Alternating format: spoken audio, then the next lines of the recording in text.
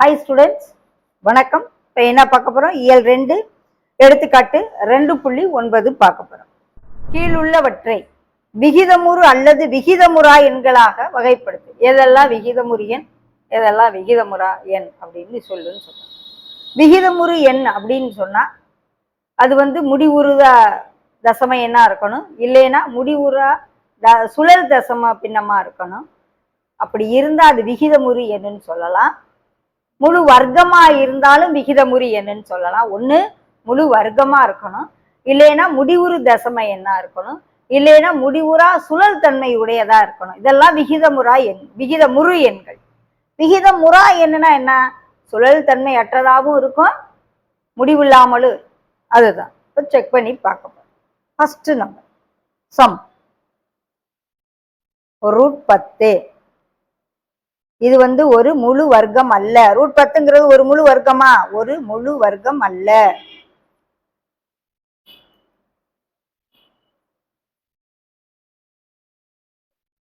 இதை நம்ம square root எடுத்தோம்னா போய்கிட்டே இருக்கும். இப்ப √3க்கு நம்ம ஸ்கொயர் ரூட் எடுத்தா போய்கிட்டே இருந்துச்சு இல்லையா?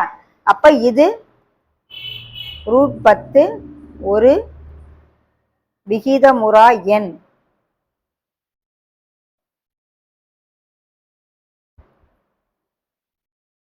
ஓகே. நம்பர் 2 √49. 49க்கு வர்க்கமுள்ள எடுக்கலாம்ல, 7. இது ஒரு முழு வர்க்கம்.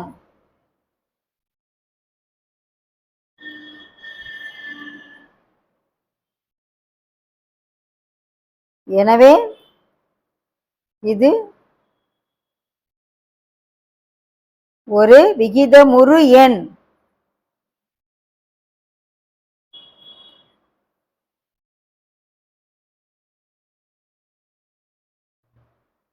முழு வர்க்கம் அல்ல, அதனால விகிதமுறா எண். முழு வர்க்கம், அதனால இது ஒரு விகிதமுறு எண். என்ன காரணத்துக்கு எழுதுறோம்? அடுத்து தேர்ட் சம்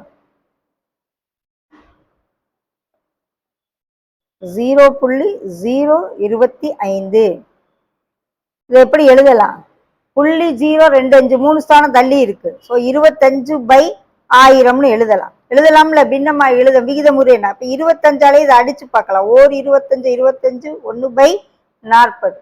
இது முடிவுறு தசம எண்ணா மாறிடும். செக் பண்ணி கூட பார்ப்போம். 1 40ஆல வகுத்து பார்ப்போம். 1ல் அடங்காது 0, புள்ளி ஒரு 0 சரி. 10 10ல் 40 அடங்காது 0, 100 போடு. 2 40 80. ஓகே, மிச்சம் 20. அததான் அவங்க கொடுத்துருக்காங்க.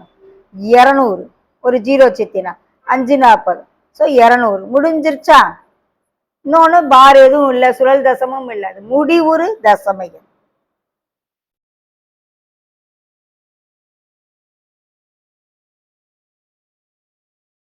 எனவே இது ஒரு விகிதமுறு எண்.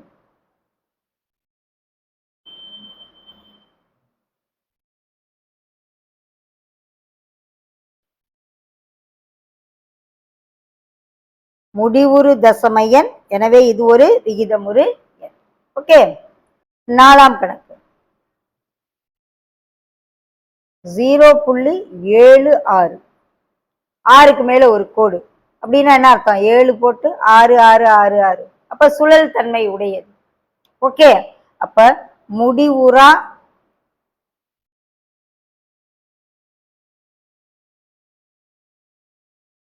சுழல் தன்மை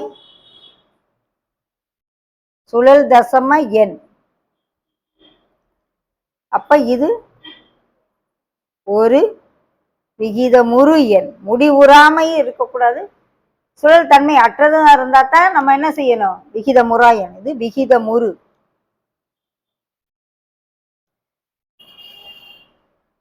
முடிவுறா சுழல் தசம எண். எனவே இது ஒரு விகிதமுறு எண்.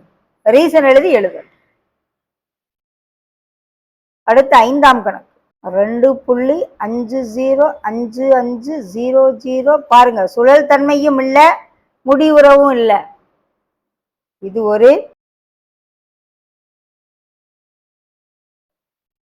முடிவுறா சுழல் தன்மையற்ற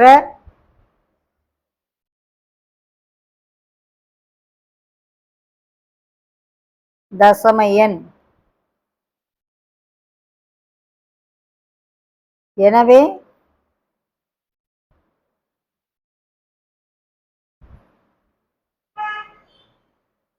விகிதமுறா எண்.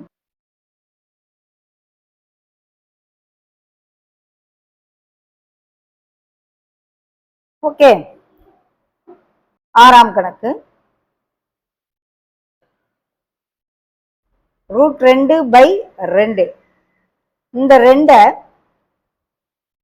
√2 இன்ட்டு √2ன்னு பிரிச்சுக்கலாம். இது 1/√2. √2 விகிதமுறா எண். இதுல 1/√2ங்கல சுத்தமா இது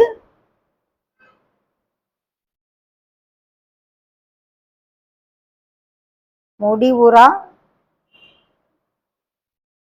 சுழல் தன்மையற்ற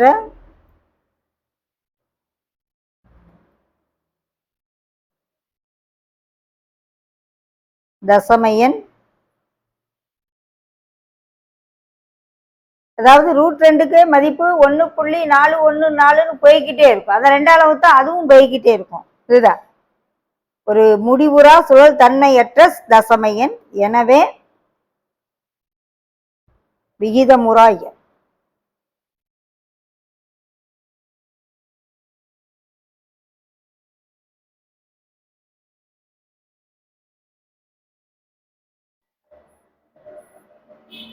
ஓகேவா?